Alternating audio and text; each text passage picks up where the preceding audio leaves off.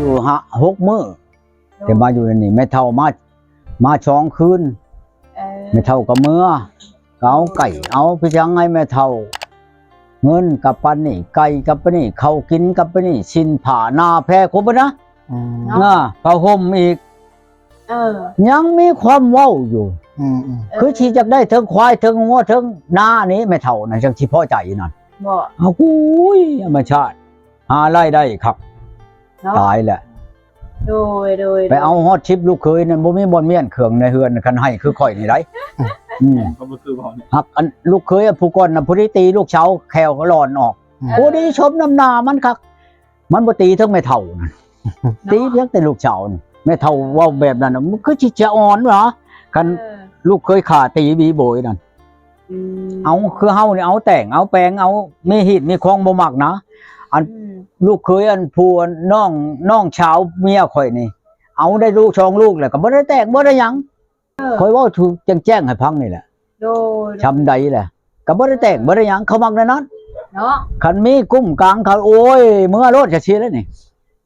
ก็เทิงตีเทิงเตะนั่นมันใช่มันมักว่านั้นคนชุมนี้น่ะ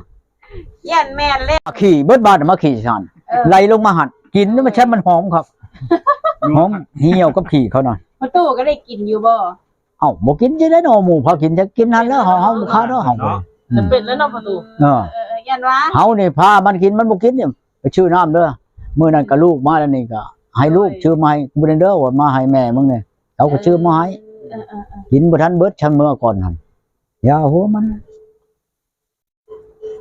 เนาะเห็นเลยหมูบ่จักอยู่นำตัวเฮ็ดได้มันได้แม่นแล้วประตู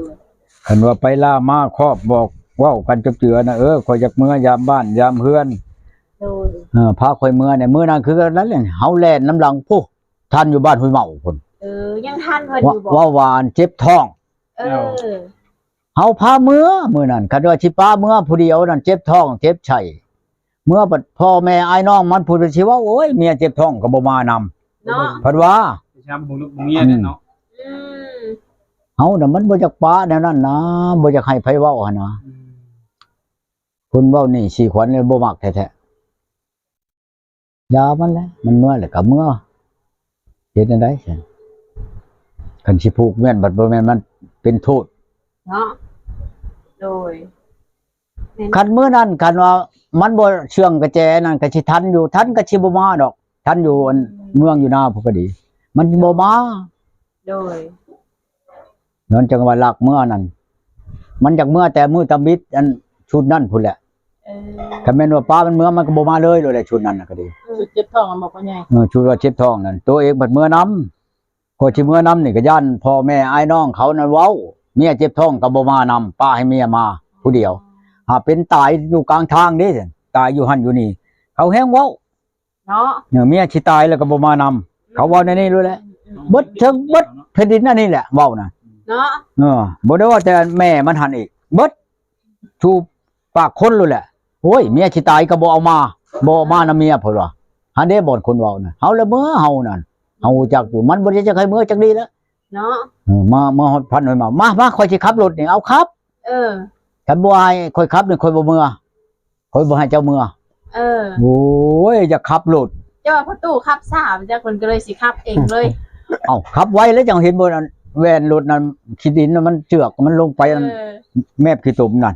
ยังไม่ล้างเลยติยังบ่ได้ล้างออกหั่นก็คิดเบิ่งหั่นแหละไว้แล้วนั่นเกือบเพิ่นตายแล้วบ่เมาแต่เลี้ยวเบิ่งอันผู้บ่าวผู้บ่าวอันบ้านผัวนั่นบ้านอัน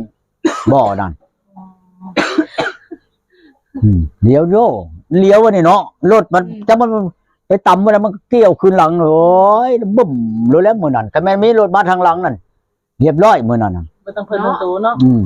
เบิดทั้ง2โลดตายแล้วอ่ะมันชะ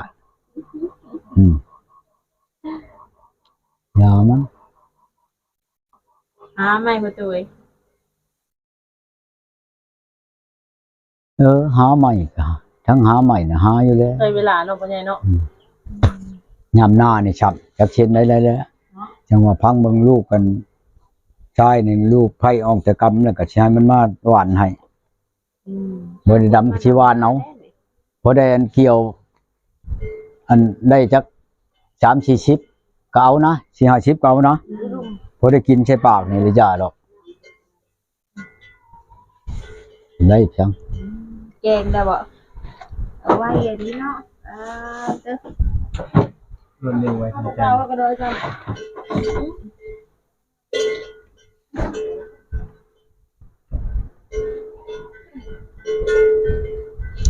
ว่าพอตู่ก็บ่ได้ไปไกลเนาะพอตู่เนาะอยู่แต่แถวเที่ยงนี่เนาะ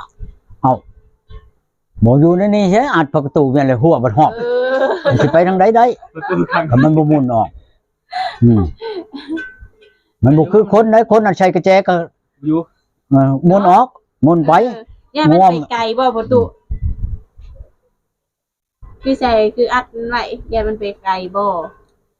มันก็บ่ไปไกลแล้วมันก็อ้อมนี่มื้อนี้แล้วมันไปบัดเขาบัดหวานก้าเลยครับไปกินก้าเขาเช่นได้เช่นเขาประกาศแล้วบ่ให้ปล่อยงัวปล่อยอันนั้นขังเมียนผูกไว้ ยังเนาะงัวเนาะ ผูกก็สิรำคาญมันปล่อยมันกินหนาเล่มกินน้ำมื้อนี้แหละยามันแหละ เด้อ นี่ไหน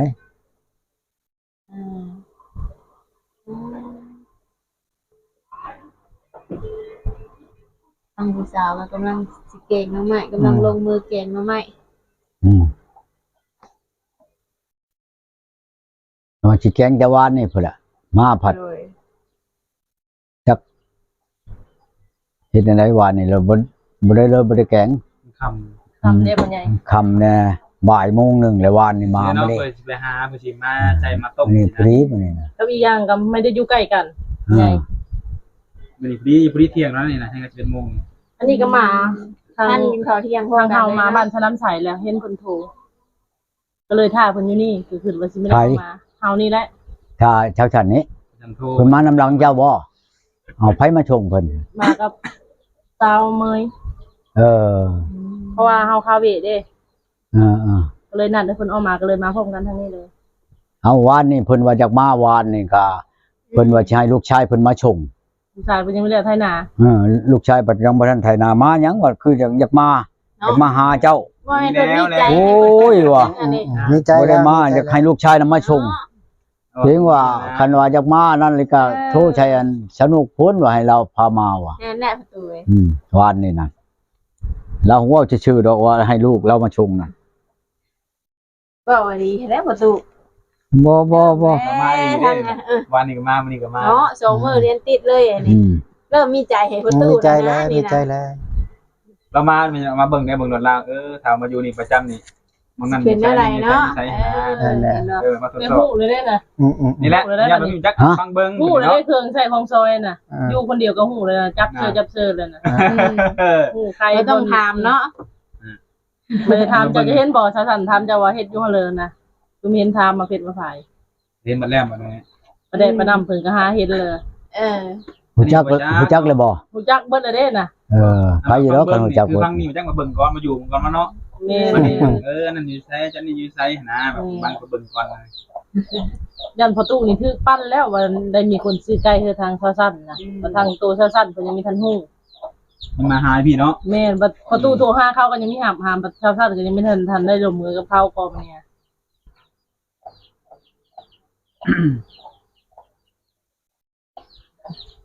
ใจว่าอยู่กับเนื้อกับตัวแล้วหน้าประตูนี่เนี่ยหาผู้ เริ่ม สา จ ว อบแล้ว นะ เริ่มจอบแล้วจอบครับ เบิ่งก่อน เนี่ยมาเนี่ยเบิ่งแต่ผู้สาวประตูนี่ แหนมเบิ่งแล้วเฮ็ดนั่นแหละย่านเราบ่จักอันเครื่องคือปลาแดกแป้งนัวเนาะเกลือมักพริกมันอยู่คนละบ่อนเด้ ย่านเราบ่ฮู้บ่อนมันอยู่นะ คือบ่ไปบอกแล้วจะไปบอกแล้วที่จะไป เห็นบ่ค่อยไปอันปีนั้นไปชื่องัวชื่อควาย โดย ไปแล้วล่ะมักทั่วแห่เนี่ยชวนเราบัดมีเท่านั้น แล้วก็เขาไปพูดกันเอามักทั่วแห่เราก็ใช้ถุงขึ้นมาเลยขึ้นมาเราก็นั่งอยู่บัดชี้แล้วใช้เกลือว่ะโย่เราให้เบิดแห้งเลยเกลือมันก็บ่ได้อยู่ในนี่ได้เราอ่ะบ่อนมันอยู่มีเลยว่าแรงมันอยู่นั่นมันเคยอยู่ในไสโตอยู่ไสโตเคยแม่นในไสเกลือนั่นตัวเองก็บ่จักน่าสิเว้าบัดนี้เกลือมันก็อยู่เฮือนครัวเนาะมักพริกก็มันก็อยู่เฮือนครัวแล้ว โดย บัดไปถามแล้วนั่งอยู่แล้วว่าให้ว่าฉันบัดนี้ตัวเองก็ย่างเข้าไปเฮือนครัวแล้วเอาออกมา แน่เราอ่ะเห็นได้จังเห็นไปอยู่บนไปบนมันอยู่ก็เห็นเลยเราอ่ะอันนี้น่ะมันอยู่ในเฮือนครัวเราอ่ะ กับมักพริกนี่เราอ่ะมันบ่ได้อยู่ในหน้ากลางเฮือนวันนี้เราตัวเองก็บ่จักแน่สิเว้าโอ้มาแล้วก็ขนาดได้เท่านั้น แปลว่าเขตนั้นเป็นเล่าแหละมันขนาดกว่าหมู่เราเพื่อนนั้นเราปัวคนนั้นโชว์เพื่อนเราอยู่ทางกลางเนาะเพื่อนนั้นคนโชว์นั้นฮอบเปิดเฮือนเราวางเช้ากว่าหลังเฮือนบ่ได้ตูบนะปัวปอบปัวยังครบเบิดตานั่นน่ะเท่ากระเล่นบ่เท่ายังก็ชื่อเรานั่นนี่นะทางขึ้นอันนี้เราตายดอกเดี๋ยวนี้นะอันเราไปอันเขามาเชิญเราไปกินดองบ่หรือว่าไปอันผูกคอต่อแขนบ่มีนั่นมีนี่เนี่ยเป็นบุญเป็นทานเนี่ยมาก็มีหักบ่แม่นตัวเองขี่อันขึ้นหลังมันน่ะก็ขึ้นหักอันผู้จูงนั่นจูงไปอันมาน่ะจูงเอาเด้แล้วน่ะขี่หักผู้มาปัวมาอย่างนำเราน่ะจูงมาน่ะจูงไว้ก็เราด่ารถเอ้าไว้ยันบ่ฮอดบ่เราอ่ะหมดคอยไปแล้วบัดคอยแล้วบัดนี้มันบ่เล่าให้นั่นเอาบัดคอยแท้เอาไอ้นั่นก็บ่ได้นะผิดเราเด้อ เป็นน้ำพริกมันเนาะพ่อใหญ่เนาะ ผิดเบิด คอยก็ว่าไหวก็ ตัวเองก็บ่ได้นอนในเฮือนเรามาเช่ามาแล้วไปหาเราไปดินนำเรานะแล้วว่าตัวที่กินบ่มุกเห็นเรา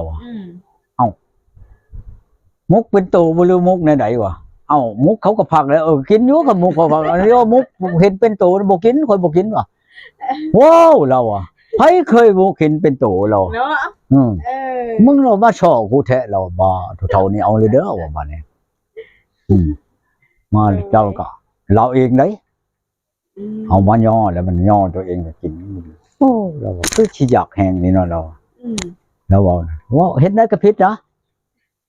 มื้อนี้โตบ่เมื่อก็อย่าเต็งที่ไปน้ำเต็งเด้อมื้อนี้ไปใช้ไปกินดอง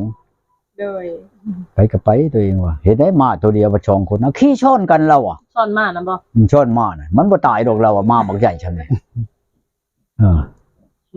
ไปเลยนำเรา